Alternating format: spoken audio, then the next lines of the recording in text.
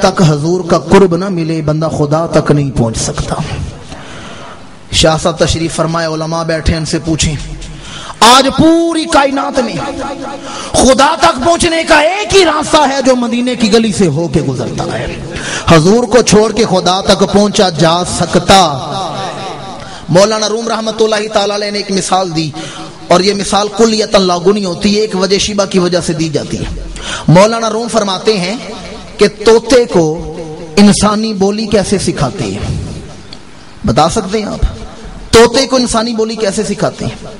مولانا روم فرماتے ہیں طوطے کو انسانی بولی سکھانی ہو تو طوطے کے سامنے ایک شیشہ رکھا جاتا ہے، قد آدم آئینہ، آدمی کے قد کے برابر شیشہ رکھا جاتا ہے، اس کے پیچھے ایک آدمی چھپ کے بیٹھ جاتا ہے، طوطا شیشے میں اپنی شکل دیکھتا ہے، وہ سمجھتا ہے سامنے کو طوطا بیٹھا ہوا ہے، پیچھے بیٹھا آدمی باتیں کرتے ہیں اور وہ طوطا سمجھتا ہے سامنے والا طوطا بول رہا ہے، وہ حیران ہو جاتا ہے اس کی شکل میرے جیسی، رنگ میرے جیسا، نسل میرے جیسی، بولی کون سی بول رہا ہے؟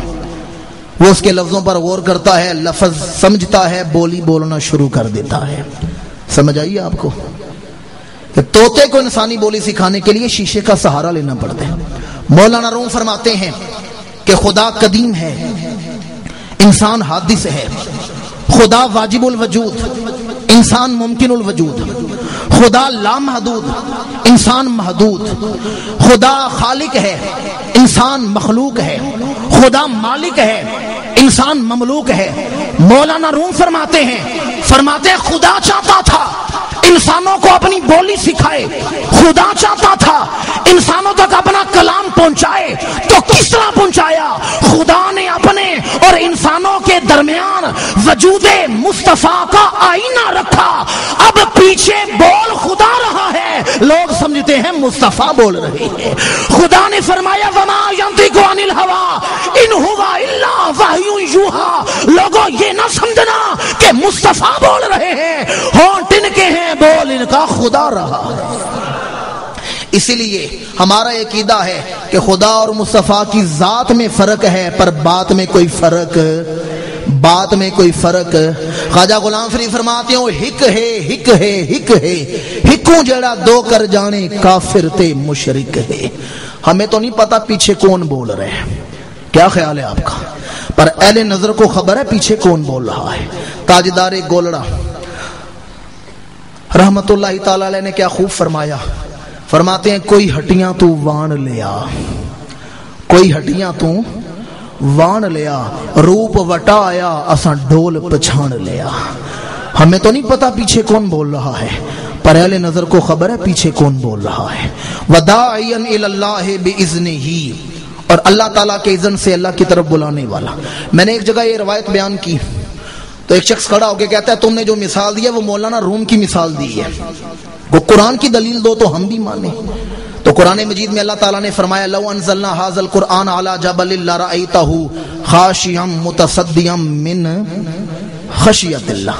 اللہ فرماتے اگر ہم قرآن کو پہاڑوں پہ نازل کر دیتے، پہاڑ قرآن کو اٹھا سکتے، آپ سارے بولتے بھی۔ میں آپ کو زبردستی تقریر سنا رہا ہوں، اب تو شاہ صاحب بھی آ گئے ہیں، ان کے وجود کی اپنی برکتیں رونقیں ہیں، سبق ہی سنا دیں۔ اللہ تعالیٰ کیا فرماتا ہے اگر ہم قرآن کو پہاڑ پہ نازل کر دیں، پہاڑ قرآن کا بوجھ اٹھا سکتے؟ پکے اپنی بات پہ، سب کا عقیدہ ہے نا؟ کیا خیال ہے جس قرآن کو پہاڑ نہیں اٹھا سکتے اسے مسلمانوں کے 15 سالہ بچہ سینے میں کیسے لے کے پھر رہا ہے؟ میں نے قرآن ہی پڑھا ہے نا، خود ہی قرآن کہہ رہا ہے، اللہ تعالیٰ فرماتا ہے میرا قرآن پہاڑ نہیں اٹھا سکتے۔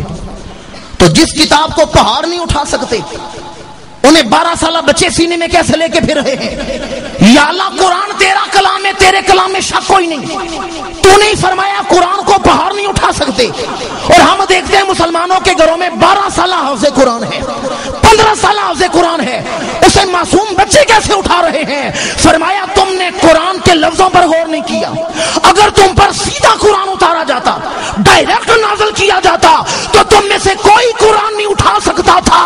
تم جو قرآن پڑھ رہے ہو وہ میرے نبی کے سینے سے ہو کے آ رہا ہے، لگ کے آ رہا ہے۔ قرآن پہلے جلال ہی جلال تھا، اب جمال ہی جمال بن چکا ہے۔ ماننا پڑے گا خدا تک رسائی حاصل کرنی ہے تو پہلے دروازے مصطفیٰ پہ آنا پڑے گا. حضور کو چھوڑ کے خدا تک پہنچا جا سکتا. آخری لفظ کا ترجمہ کر رہا ہوں. فرمایا وداعیا الی اللہ باذنہ. ہمارے یہاں فوج کا ایک ادارہ ہے GHQ, آپ لوگوں نے سنا ہوگا. وہاں سے ایک رسالہ نکلتے الہلال. الہلال رسالے میں رپورٹ آئی کہ مدینہ منورہ میں مسجد نبوی کے اندر جب کمپیوٹرائزڈ ساؤنڈ سسٹم کا اجرا کیا گیا, وہاں لگایا گیا, تو سعودیہ والوں نے ٹھیکہ دیا امریکہ والوں کو. انہوں نے پاکستانی کمپنی کو وہاں بھیجا. پاکستانیوں نے وہاں پہ کام کیا, وہ سارا سسٹم لگا دیا, تنصیب مکمل ہو گئی. جس دن اس کمپیوٹرائزڈ ساؤنڈ سسٹم کا افتتاح ہونا تھا, اس سے ایک دن پہلے پاکستانی انجینئر فوت ہو گیا, اور وہ ایک ہی آدمی تھا جو سارے نظام کو آپریٹ کر سکتا تھا. سعودیہ والوں نے رابطہ کیا امریکہ والوں سے, نیا آدمی بھیجو. انہوں نے کہا مسلمان تو کوئی نہیں, ایک عیسائی ہے مسٹر ٹام, ہم اسے بیچ دیتے ہیں. اب مسئلہ یہ بنا کہ عیسائی حرم میں کیسے آئے, حرم میں غیر مسلموں کا داخلہ من ہے. پرنس عبدالعزیز نے کہا میری ذمہ داری پہ بلا لو. مسٹر ٹام کو بلا لیا گیا. مسٹر ٹام اپنے گھر سے چلا, اب تک عیسائی ہے. جدہ ایئرپورٹ پہ آیا, اب تک وہ نیو یارک ایئرپورٹ پہ جہاز پہ بیٹھا, اب تک عیسائی ہے. جدہ آ کے اترا, اب تک عیسائی ہے. گاڑی میں بیٹھا مدینہ منورہ آیا, اب تک عیسائی ہے. پر جو ان گاڑی سے باہر نکلا, اس نے حضور کو نہیں دیکھا, صرف حضور کا سبز گنبد دیکھا ہے, صرف حضور کا روزہ دیکھا ہے. پڑھنے لگا اشہد ان لا الہ الا اللہ وحدہ لا شریک لہ واشہد ان محمدًا عبدہ ورسولہ. لوگ پوچھے مسٹر ٹام کیا وجہ ہے, کلمہ کیوں پڑھا ہے, کون سی تقریر سنی ہے, کون سی کتاب پڑھی ہے؟ مسٹر ٹام کہتا ہے میں نے کوئی تقریر نہیں سنی, میں نے کوئی کتاب نہیں پڑھی, بلکہ میں نے تو دنیا بھر کی سیر کی ہے, بڑے بڑے لالا زاروں کو دیکھا ہے, بڑی بڑی آبشاروں کو دیکھا ہے, پر مجھے کہیں سکون نہیں ملا. اس سبز گنبد کو دیکھا ہے, میرے بے قرار دل کو قرار مل گیا ہے, میرے بے چین دل کو چین مل گیا ہے. اس گنبد میں مجھے وہ نور نظر آ رہا ہے کہ میرے دل کو یقین ہو گیا اس گنبد میں جو دفن ہے وہ اللہ کا سچا پیغمبر ہے.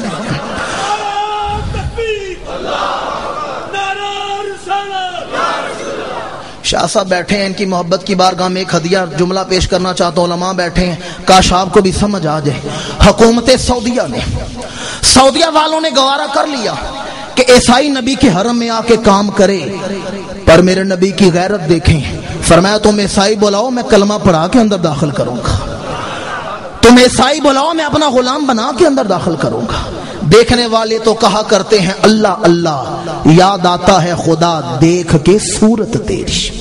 وداعیا الی اللہ باذنہ. آخری لفظ وسراجا منیرا, ہم نے آپ کو چمکا دینے والا آفتاب بنا کے بھیجا. جس دور میں ہم زندگی گزار رہے ہیں, یہ دور جہاں بہت سے فتنے لے کے آیا, دور حاضر کا سب سے بڑا فتنہ تحفظ ناموس رسالت ہے. اور یہ بات میں عرض کرتا چلوں بڑی ذمہ داری سے, اللہ تعالی حضور کی عزت کی حفاظت کے لیے ہمارا محتاج نہیں, وہ اپنے محبوب کی عزت کی حفاظت کرنا جانتا ہے. قرآن کہتا ہے ان شانیک ھو الابتر, محبوب جو تیرا دشمن ہوگا میں اس کی نسل ہی مٹا دوں گا. اللہ اپنے محبوب کی عزت کی حفاظت کرنا جانتا ہے یا نہیں جانتا؟ بولے نہیں آپ سارے. اللہ عزت کی حفاظت کرنا جانتا ہے یا نہیں جانتا؟ اللہ نے عزت کی حفاظت کر کے دکھائی ہے یا نہیں دکھائی؟ آپ کے اپنے دور کی بات ہے نا. ایک شخص اٹھا کہ میں پنجاب کے اعلیٰ عہدیدار ہوں, اپنے اختیارات استعمال کر کے حضور کی عزت کو گھٹانے کی کوشش کروں گا, پر اللہ نے ظاہر نہیں کر دیا. نوکر تیرا ہوگا, ڈیوٹی مدینے والے کی کر رہا ہوگا. نوکر تیرا ہوگا, تو سمجھے گا یہ میرا گن مین ہے, یہ میرا نوکر ہے. نوکر بے شک تیرا ہے, پر اس کے دل پہ حکم تو میرے نبی کے چل رہا ہوگا. اور پہلے زمانوں میں تو ہم کتابوں میں پڑھتے تھے اور آپ کو پڑھ کے علماء سناتے تھے کہ گستاخوں کا یہ انجام ہوا, پر ہمارے دور میں تو خود ہم نے دیکھا ہے کہ گستاخان رسول کا انجام کیا ہوا ہے. جس دور میں ہم زندگی گزار رہے ہیں, آج غیر مسلم اسلام دشمن پالیسی ساز ادارے اربوں روپیہ لگا کے, اپنی پوری طاقت لگا کے مسلمانوں کے دلوں سے حضور کی عزت کو گھٹانے کی کوشش کر رہی ہے. انہوں نے سلمان رشدی سے کتاب لکھائی دا اسٹرانک ورسز، انہوں نے تسلیمہ نسرین سے اسلام پر اعتراضات لکھوائے، انہوں نے جرمن میں عورت کی امامت کا مسئلہ کھڑا